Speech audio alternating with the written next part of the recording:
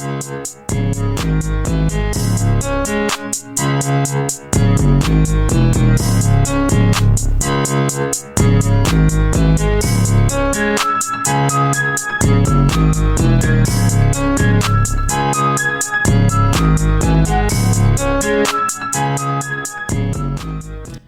this show is truly Big Amp, the quarterback, man, and we here with QB Talk, the podcast. And today, man, we got Tish in the building. Now, let me say this. Before we introduce her properly, listen to what I got to say. She got 100 different titles because she good at 100 different things. But today, we're going to drop some jewels and we're going to bless some people and we're going to speak life. Tish, can you properly introduce yourself? I'm not even sure how with that introduction. I don't have 100 titles. I do a lot of things, and I do believe in empowering my people and moving forward financially, emotionally, spiritually, and just connecting with community, like-minded individuals. If you don't have your tribe, go find them, because if you don't find your tribe, that is hindering your success. Well, look at her. Now, she dropped bars in the intro, but check this out. We're going to get right into it. I've had a chance to see some of the different things that you do in terms of helping companies and businesses, but I've also had a chance to see Chef Tish. All right. So if you don't mind, not that I'm trying to talk about anything that's below your pay grade, but let me start with Chef Tish. How did that come about? Chef Tish was what kept me afloat in LA. LA is super expensive, but the one thing that you do have in your back pocket is people have to eat every day. Every day. And if they are eating, they may as well be paying you. Now, your proof of concept is your food. Don't nobody want no nasty greens. They don't want no nasty chicken. Like, they don't want nasty food. But people will pay you. I used to get booked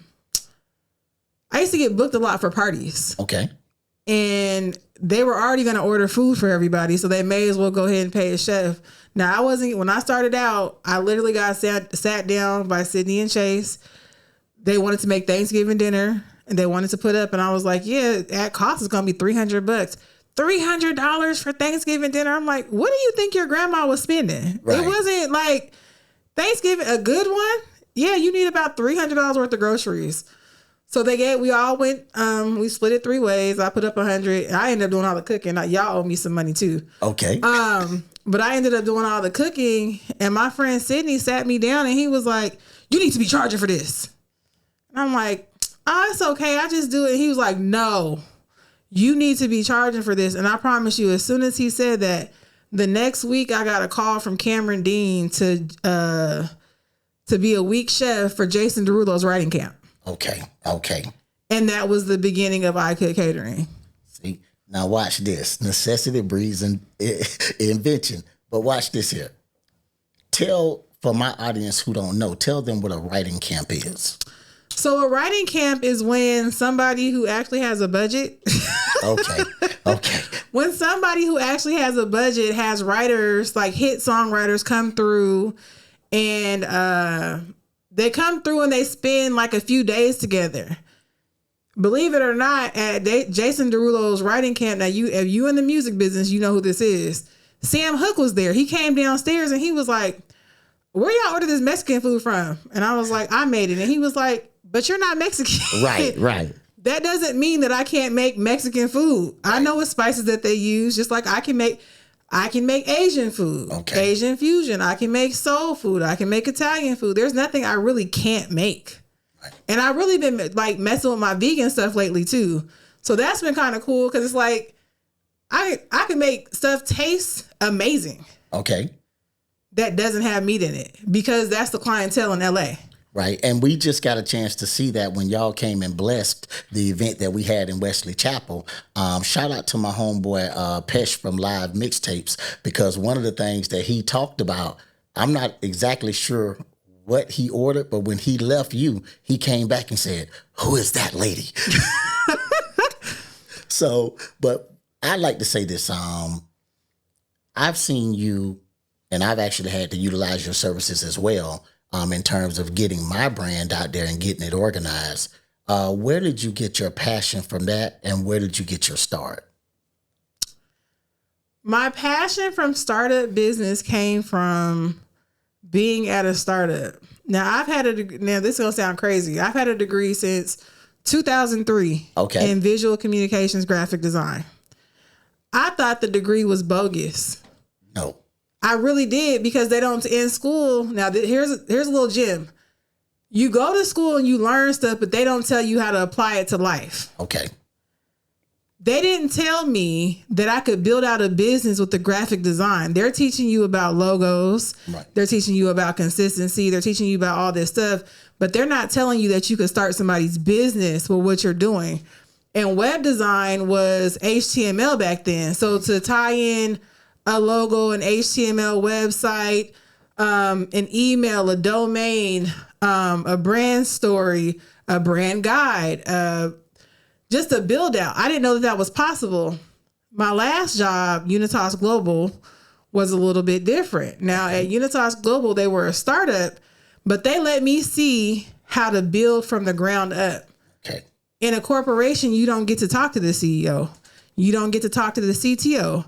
You don't get to talk to the CFO. The only thing you really know when you work at a company is that they have a CEO. Correct. That's it. That's all black people in the mailroom know. Right.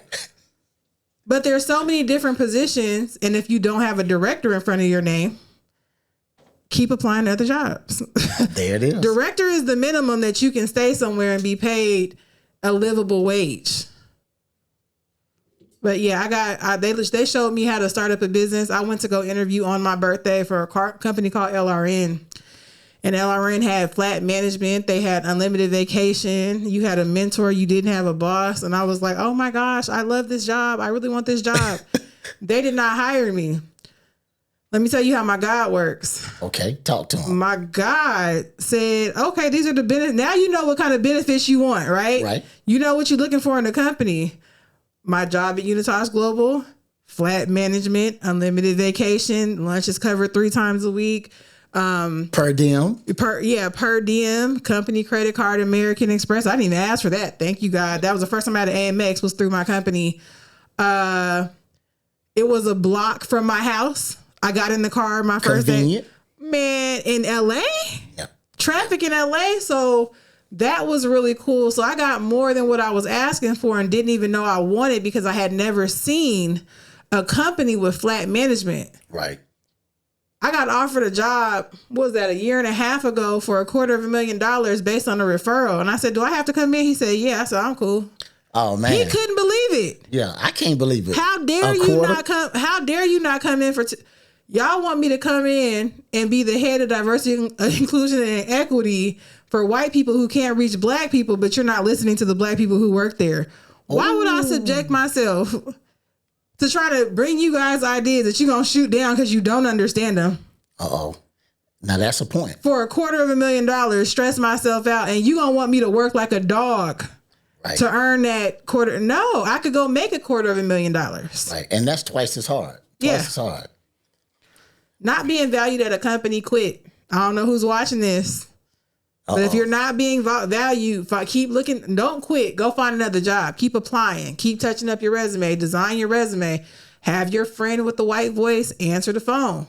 They call who you tell them to. They don't call who's on the thing. They call who you tell them to, unless you're applying for a government job. Now, don't lie on a government job. But everything else, lie. See, that's a gem. That's a gem. That's a cheat code. Let me ask you this. I got this email earlier today. And someone in my audience wanted to know, when you're good at so many things, how do you know which one to actually start with and stick with? All of them. And why do you say all of them? All of them. Let me explain something to you. That's some slavery shit to think you're only supposed to be good at one thing and focus. That's what Massa wants you to do. You can put irons in the fire and see which one strikes a flame. I like you that. do not have to just focus on one thing because you're going to be disappointed if that one thing fails. If I were you, I would make a list of my skills and put it in the capability statement. If you do not know what a capability statement is, please DM me, HonestlyTish, and I'll send you the example of what I have. Okay. It's a list of stuff that you're an expert at. My capability statement, it probably has about 30 or 40 things that I do. And I actually do more than the 30 or 40 things. That's just what I want you to pay me to do. I put out there what I want you to contact me for, not everything I do. It has the differentiators as far as what makes me different from my competition. From somebody who would be applying for something just like me, there has to be a difference. It also has the brands I partnered with. It has my contact information. It has a short bio, and it also has the companies I own. I think my education might be on it, but I said all that to say, once you figure out who you are and what you're good at, you can build your businesses from there, and also use AI to build out your bios, your workshops, everything that you need to do to be successful. Then you go from there. And I know people are like, well, do people even I've had people ask me, well, do you really need a website? People don't use websites anymore. Yes, you need a website. Let me tell you why you need a website. When you're doing research, aren't you on a website? There it is. So if somebody's doing a research about you, aren't they on a website? Wouldn't you prefer for that to come from your voice before it came from somebody else's? Automatically. Y'all got to get it together. You're not prepared for opportunities that may or may not be visible. There's people who Google you that you don't even know are on your website. Drew Thomas is living proof. Everybody talks about you need to be viral. You need to get your followers. Drew Thomas has been a working comedian. That's been his only job for the last 10 years. Everything from hosting at Martha's Vineyards to Carnival cruise ships to being at the MGM Grand. Some people are really dope in real life. In real life. See, hold on. Can you say that one more time? Some people are dope in real life. They do not need it. I'm one of them. If I don't never log on to Instagram, Facebook, Twitter, what's the next one? LinkedIn. Log on to LinkedIn. That's where people are having conversations about money. Right. Is on LinkedIn. But if I don't never log into any of the rest of this stuff, Spill, that's Black owned. Get one of those. Or is it Chime that they have now for, I forget what it's called for Instagram. But if I don't never log onto another social media platform, in real life, you lit. My Rolodex, I can reach out and touch somebody in real time. I ain't got to slide in their DMs. And I'm sitting on favors, hundreds of favors, because I've always done for people without expectation. Right. And that's another thing. One of the lost arts is people being able to actually get relationships and actually nurture them. And so this brings me to my question for you. I understand that you operate mostly in California, correct? No. Help me out. I'm global. Oh, let's talk about it. Pop, come on, man. Pop yours. So okay. I lived in France for a year. I have friends out there that still live there. Okay. Somehow hustlers find hustlers. It's like a magnet. Okay. There's a lady by the name of Jenny Tata. She has a daughter named Solange. Solange is a model and entrepreneur. Her mother is the plug in France, in Black France. Come on now. So her mother has a restaurant. She takes people from her restaurant to whatever concert she throws. She takes them from the concert that she throws to the after hour spot at her house for breakfast. She keeps them with her the whole time. Come on. And she's getting her money, but she's also entertaining them. Entertainment will never die. Okay, so basically, hold on. I need my podcast audience to understand we just got plugged in globally. Oh, yeah. You can go Jenny Tata, JENNYTETA. And I think it's like an underscore, but I follow her. She's really, when I met her, I already knew. I was like, wait, this is your stuff? It's the woman running this? Okay. I was excited. Right. This was about her bag. Right. So yeah, and then travel globally. You have to travel because you cannot grow in the same environment in which you were raised. You just can't. You have to move it around and meet different types of people. Being from Seattle, coming here from LA, I was lightweight shell shocked. No. But I found the hustlers. Like right. Me and the hustlers get along well. Okay. And that's something that we've been talking about on the phone. It's something that I'd like you to share, because when I say it to the people that I'm around, it don't really come across well. When I'm trying to let them know that it's not about competition, it's about collaborations. Ain't nobody in competition at the top. Oh, ain't nobody. The crumb snatchers, the crabs in the barrel. Those people don't want you to win. The people at the top are like, wait, you can make my life easier? Yes. What is it that you say you do again? What is your skill set? Because I've been having this issue, and if you can solve this for me, I got some more business for you. There you go. And it helps them. It helps the flow of money. It lessens the load. And that's the part that people are not seeing. They don't want to see it, but it's not their fault. We as people have been conditioned to hate each other. Okay. It starts with us. Once we start having conversations, and this is going to really rub some people the wrong way, but I mean, you could write me about it if you want to. That's right. Give it to them raw. That's fine.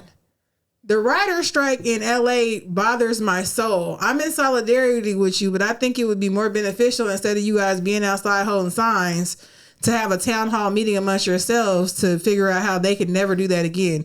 They're taking money out your mouth because somebody is dangling a carrot in front of you, and you're mad about the carrot that they won't give you. Oh, man. Why do you want a carrot and not a salad? Bars. Make that make sense. Right. But it's a lot of people that's lost. It's a lot of people that they can only see what's in front of them. Too many sheep and not enough shepherd. Okay. Find your tribe. We started with that.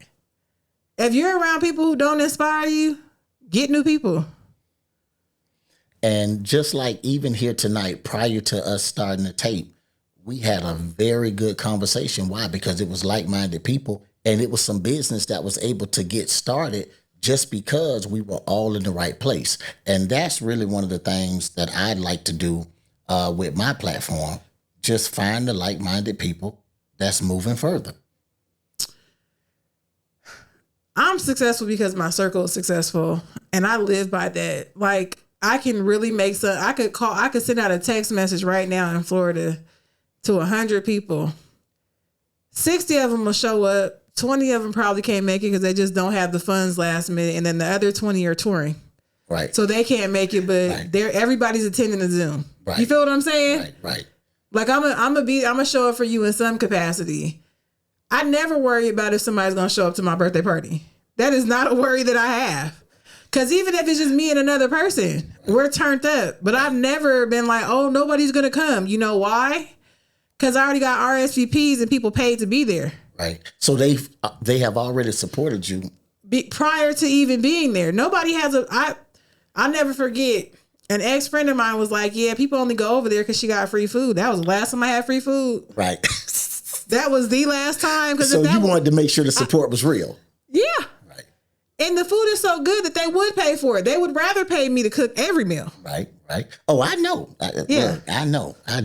And so that was my thing. When I saw you and your team preparing food, and no disrespect to the other vendors, but it was obvious that everybody was kind of at y'all's tent, right?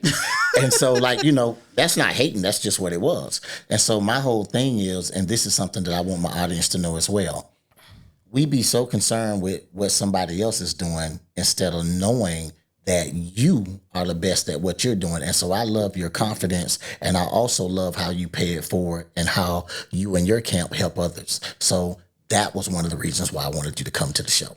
Let's talk about that whole event. Normally, and if you know me personally, you know I will not pop out half-assed. Like the things that they had branded tents, they had uniforms, they had logo, they had truck. I was like, oh, that is beautiful. Good for them. We were out there with a white tent, black tables, no uniform, set up. Y'all was working like a well-oiled machine, though. and let's say this, aroma. Look, we could smell the food, you know what I'm saying, from a half a mile away now. Let's be real now. We going by presentation and smell now. It didn't taste. But let me tell you how most people miss the bag because they rather be in a food truck because they think it's easier. Okay. I can move around more in a 10 by 10 tent than I ever could in a food truck. I don't have the kind of room to turn around. Okay. I don't have the room for storage. I don't have the room to make a bunch of. I can't get more than 2 people in the food truck. Are we literally on each other's laps? Yeah, you're right.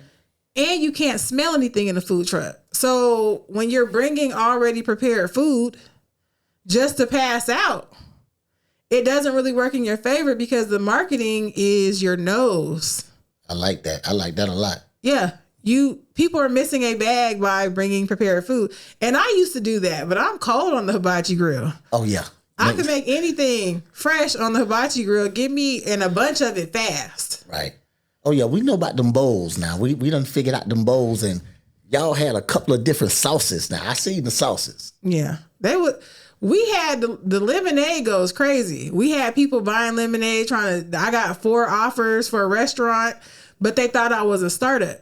That's the problem is because of the way I'm presenting myself. It's like, girl, you don't know what you're doing with your talent. What you trying to do with your talent? I can make you a star. That's how. It was definitely some crack in the lemonade. Now, let's get that out the way. You ain't tell us the secret to the lemonade. Now, it was definitely some crack in there. They loved the lemonade. They loved the food. It was fresh food. It wasn't sitting out all night. Like I remember somebody asked for their money. I can't remember his name. I should have got his name because he was so offended when I told him his money was no good here. He had waited for an hour. I told you what happened with the cooking thing, but he had waited for like an hour for his food and he was mad. He was like, I try to support black business, whatever. So I gave him his money back. Anybody who asked me, you got half a second to ask me for a refund. That's it. And I'm going to give you your money. Yeah, it's 100% guaranteed. Don't worry about it. So he tried to come back and buy something. I was like, yeah, your money's no good here. So I'm giving it to him. But he was so offended that I wouldn't take. He was like, what she mean? KL had to calm him down. He's like, what she mean she ain't taking my money? He's like, that means that it's on her. Right. Because this ain't the presentation I'm even trying to give you what we got going on. Right. But we thought turning on the generator would mess with the sound. Correct. In the front. Correct. You know what I mean? So we were trying to be mindful of what was going on. Then after a while, it was just like, they didn't even care what was going on over there. They was trying to figure out, can I get some more food? If you still got some left, what's up? They gonna sell out over there. Like, it went ham. And I was very proud of my team. We make this look very easy. It's not. Being a boss is not easy. And hold up. It's something now. I'm glad you said that. Please let them know that entrepreneurship is not for everyone. You know, there's worker bees and there's a queen bee. Okay.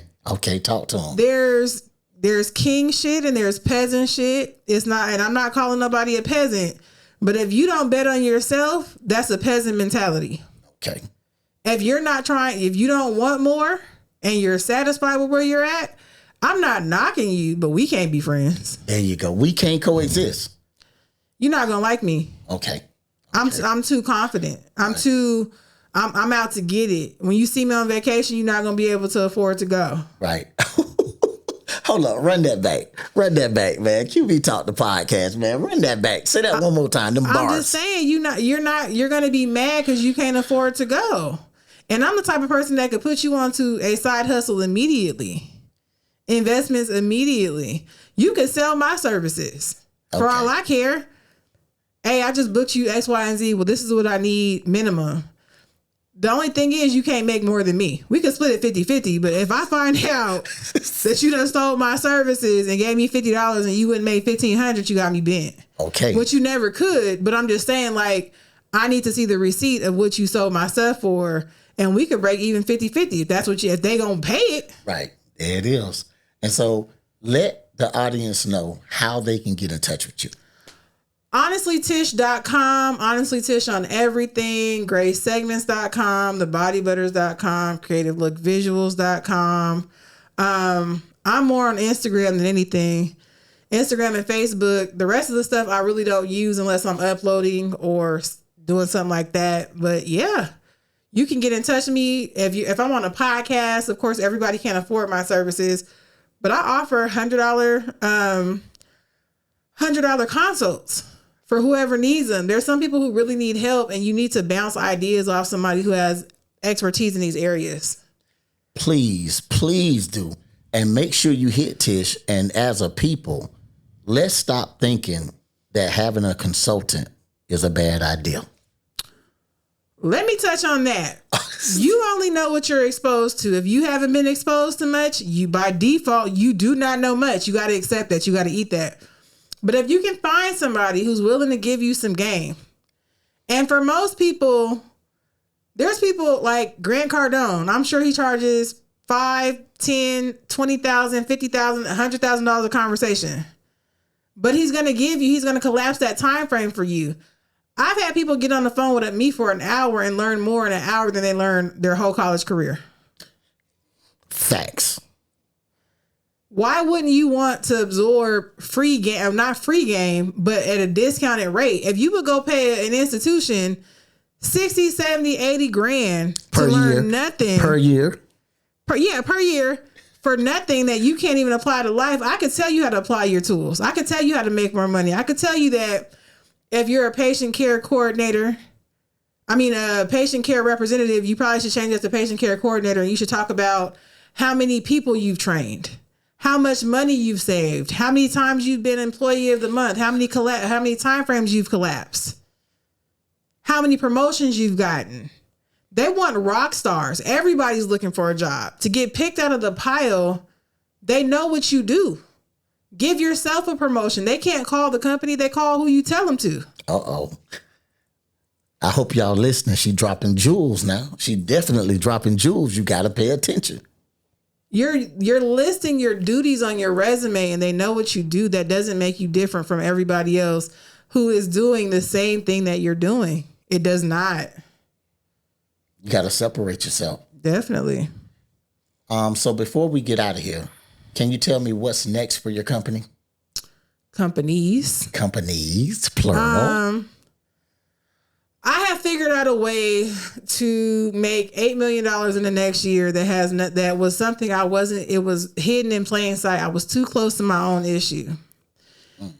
If you statistically, if I buy into a festival, for instance, one music fest, it's $3,000 to buy in. You're guaranteed to absorb 4%. It's 3 of the 30,000 people, which is $30,000. I'm getting $1 per person that's there riding the wave of the people that are on stage. Okay. So I'm getting to absorb Kendrick Lamar's audience without, you would spend $3,000 in marketing a restaurant. Easy. With no guarantee that somebody's going to walk through the door. A food truck. Right. A restaurant, a food truck, it doesn't matter what it is. And the food trucks another thing about the tent is they can't come on the inside. So I'm trying to figure out and piece together a tour right now of every festival that I want to hit next year. Oh yeah, because next year was popping. Yeah, next year. So that's one thing. Then there's podcasts on the go that's coming up. Gray Segments is getting ready to be rebranded because it's not just for celebrities. Okay. It's for everybody. We're in between where you are and where you want to be. As far as Honestly Tish, I'm getting ready to put on some next level events where I bring my dope friends together that have amazing gifts and they give you the game, drop gems on you. The tickets will probably be around $50, but it's going to be an experience. It's going to be you would pay $50 for the plate. The game is basically going to be free. There it is. What else we got? The Body Butters. We are looking for a warehouse, are trying to build one, either or. We've hit capacity with what we've been doing. We haven't even been increasing marketing because we can barely keep up with the orders that keep coming in. Okay. But it's Skin Crack. If you did not know, this one has been all over the nation so far, so it looks a little dusty, but yeah, we got the Skin Crack on deck. We turn your bathroom into a spa. Last but not least, I do want to bring this up. I'm going to give this to you. Okay. This is a popple. And what this does is you can put it on the back of your phone. And when you're networking, people do business with people they like. Never, ever, ever try to force your business on somebody just because you want to try to build the business. Give them your contact. Have an amazing time. Let them know if there's anything that you can do or anything that they need. You got them. And go on with your day. That's it. Do not push your business. Do not be pushy with your business. But when somebody asks you what you do, that is your time to shine. Have something to say. Rather than, oh, I do this. Matter of fact, don't even have something to say. Have something to show. Thanks. This show is truly Big Amp the Quarterback. QB Talk the podcast. Get in where you fit in. Until the next time.